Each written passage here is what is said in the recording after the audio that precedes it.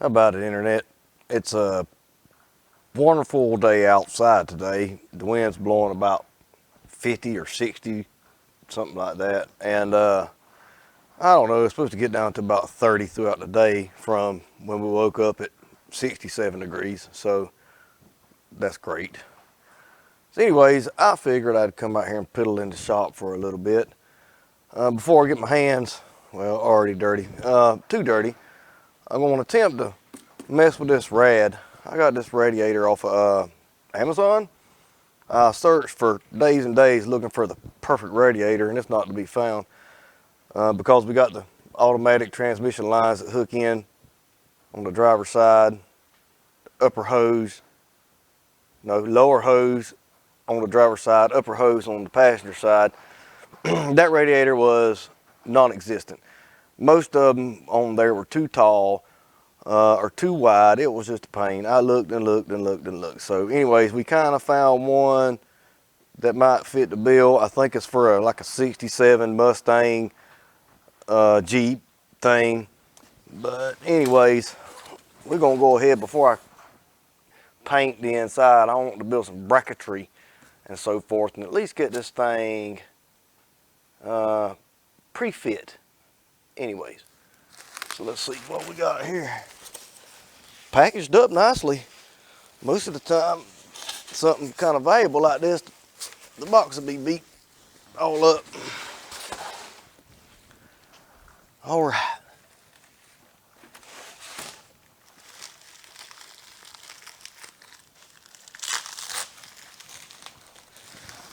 Let's set this thing up here so y'all can see. Set it in this stable chair here. This thing was $200 shipped to the door, so you can't beat that with a stick. Looks good too.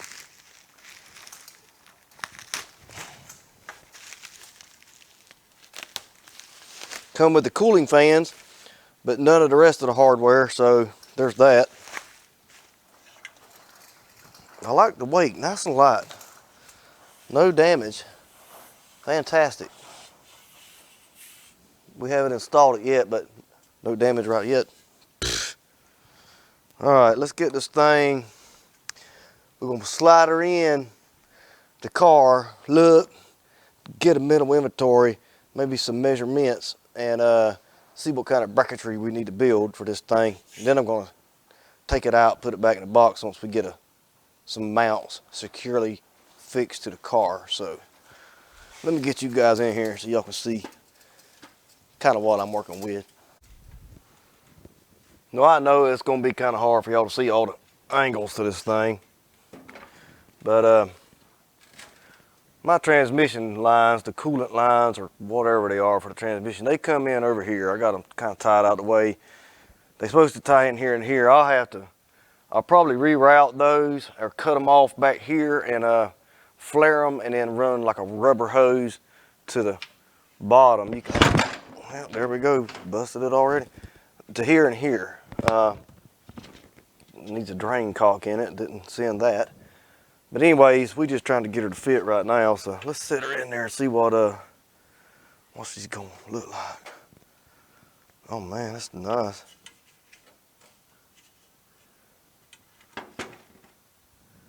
So she should be about right there.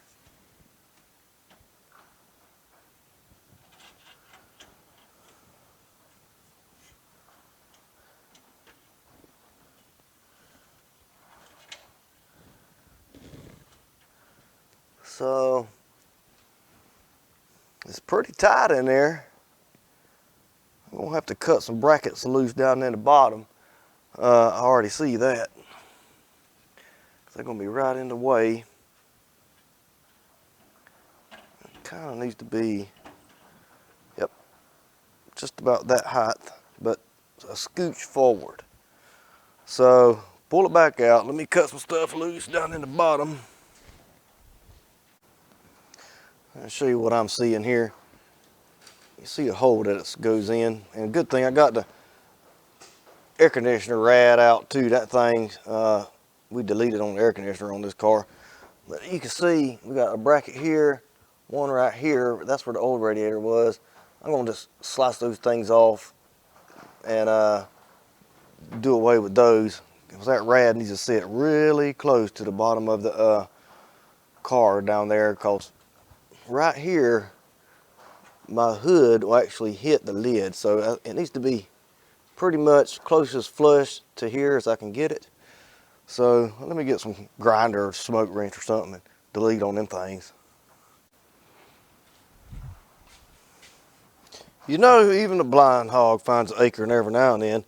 I didn't even have to smoke these things off like I thought I would. They actually had the little doodad holding the radiator up at the bottom was just bolted in, so I'll take that. Maybe a 8-inch rusty bolt, but nevertheless, save a little gas in my torches. Come on, will ya?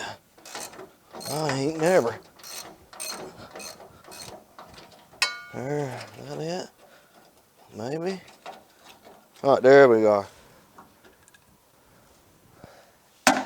That's what we was after, this old rad holder, which was half jacked up anyway.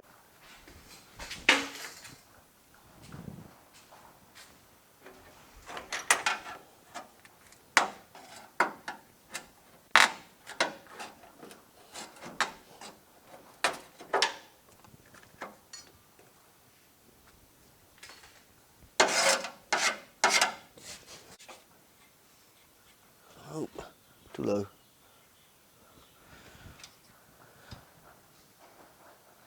I have determined that I need about 2 inches here to get to right here. There's a little diddly-hoo there. Same as on the other side. That's fairly somewhat centered. So I dug, took me 14 hours, but I finally dug to the bottom of my metal pile and found a perfect piece of metal. It's 2 inches here. And this one already had a couple of holes in it, so that's great. But I'm gonna have to mount these right in here somewheres. Ooh, that's gonna be tight. Anyways, dang, that hole ain't gonna work. So I may have to drill more holes. Sounds about right. I wonder if I could just weld them in. Nothing ever does work right. Well, I thought we had it going, but she ain't gonna go in there quite so easy.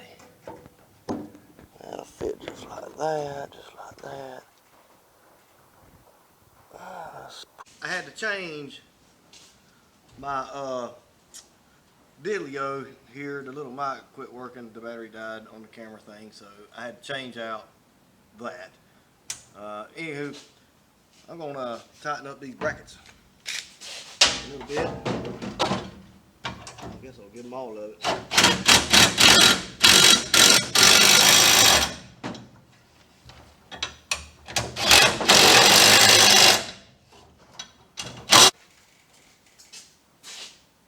Now you got to pay attention when you get these Chinese radiator fillers. This hole was lower. You see it's farther from the top. This hole's only about an inch from the top. That one there's different too. Maybe it was done wrong, or maybe it was like that because of whatever the Mustang Jeep deal that it was supposed to go in. Maybe it was the mounted different. I don't know. But anywho, I started drilling holes and I noticed that something was off here, and I was like, oh man, I drilled the wrong hole. But no, it was the way the rad's built. But we just made our brackets fit. So no harm, no foul. We'll all get along. Luckily, the feed bin bolts do fit the rad holes. Didn't have to drill those any bigger or nothing like that. I like having the radiator and all this stuff out. Man, you got so much hand movement in this thing. I mean, it's quite nice actually. Well, stuff like this is quite common when I start doing things. If you can see, the bracket. You can see the new one we put in right here. It is an extension of that. Everything's fitting nice and tight. We got the height pretty good. This side actually needs to go up just a fuzz, and we are way off. Get you bear with me on our fitment. You can see. Where you at? Okay. See, the bottom hits, and then I can get my finger on the top. I do not want to torque this radiator down. And my holes are misaligned, so I'm going to take probably this middle bolt out down here, swivel this a fuzz, yeah, that'll work, and see if we can't get her to line up. I might take the bottom bolt out. I think that might work better. Well, fellers, I'm pretty happy with the results here. She's in there. That lower rad hose is going to be a little tight. I think a little bit of grindage right there on the cross member. I'm talking about just a smidgen, just to keep everything from rubbing. But anyways, couldn't go much higher because the darn hood might hit it. But we got her in here. We had to do some modification to this, that, and the other. But you see, we got one bolt. Back out of here, thing, focus in. Anywho, there's a bolt. Bolt down there, another bolt way down low. So we got 2 bolts and 2 bolts. Happy with that. On the same thing over here, 2 bolts, bolt right here. Actually, when I take the radiator out, I got this one hole right here. I'm going to re-drill it. I got this tight, so hopefully nothing will spin, but I got to re-drill this hole and pop a bolt in that, but the radiator will not come back in. It will not go back in once I pull it out this time. Well, that might not be the right way to install a radiator, but good enough. That will, shiny. Anyways, I just wanted to get, I was dreading that job because this thing's so fragile. I was afraid I'd mess it up. But I'm going to actually pull it, put it back in the box. That way it don't get damaged while I'm building the motor and the rest of the car. I just wanted the bracketry there, so when I get ready to install it, probably after paint, it'll be there, so I won't have to go in and out 100,000 times like I just did. But anyways, we got a little bit of time left over this evening. That took 2 hours, 2 hours too long. So, but anyways, I think I'm going to jump in here in a minute, and we're going to check out this fuel system. I want to see how this tank looks. I don't know if I'll pull the tank. I don't know if I'll pump some gas through it with a little click-clack electric pump, which that's kind of what I want to do, is just pump some out in the jug and look at it. And if it looks too bad, I don't know, we might pull the tank. I could put some sort of fuel cell in the trunk. That's an option too. Anyways, we're going to do some figuring for the future here in a bit about this fuel system. We want clean fuel to the carburetor, number one. So anyway, well, I got you under here. You can see this is the fuel line. It's metal from here to the tank, I'm guessing somewhere in that direction, and this goes up to the motor area. I'm gonna try to just yank this out of here. It's been cut. I don't know if I can or not. I might just have to cut it. Anyway, I got a can here. I don't know how much gas is in this thing. The freaking gas hose in.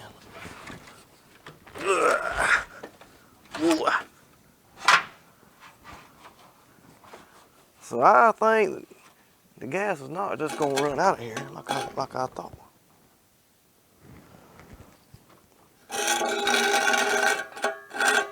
Nothing.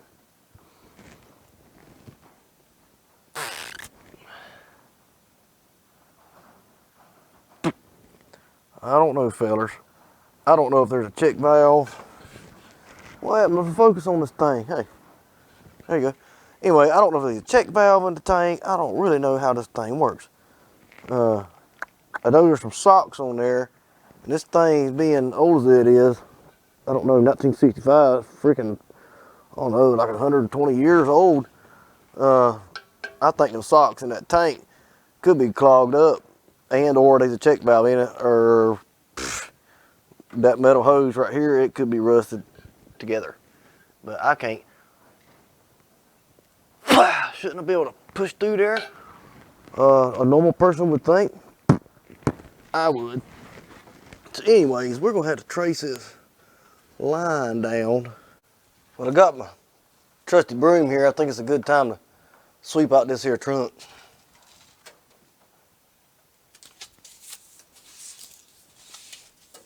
Perfect. Yeah. Do a number this thing now, boy.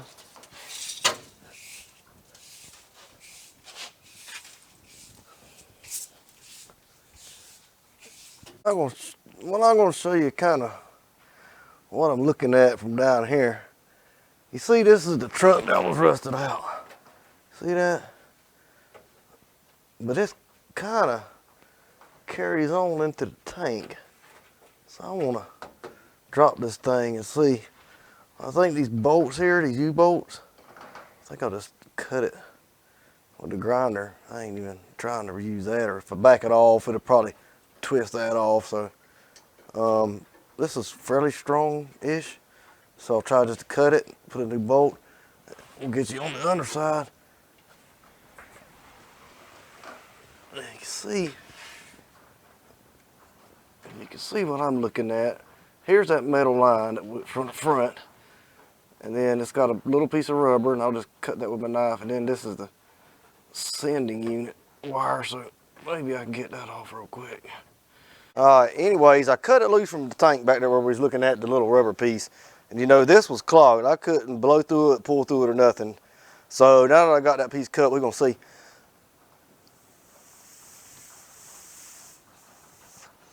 Seems to be not clogged, so apparently the tank's clogged. There's something in one of the boots down in there, the sock. I think they call them a sock. It's like a little filtre type of thing, a little filter that looks like a sock, I guess the shape of a small sock.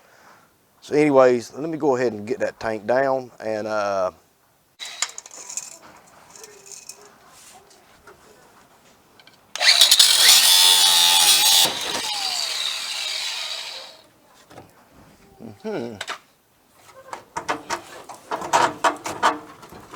Alright, after 14 hours, we finally got the fuel tank out. Took some persuasion from the Sawzall. I had to cut the thing right in half. I don't know how it come out of there, but I couldn't get it. So anyway, we finally got it out. Here's the little sending unit, and you can see there's a little bit of rust in the tank.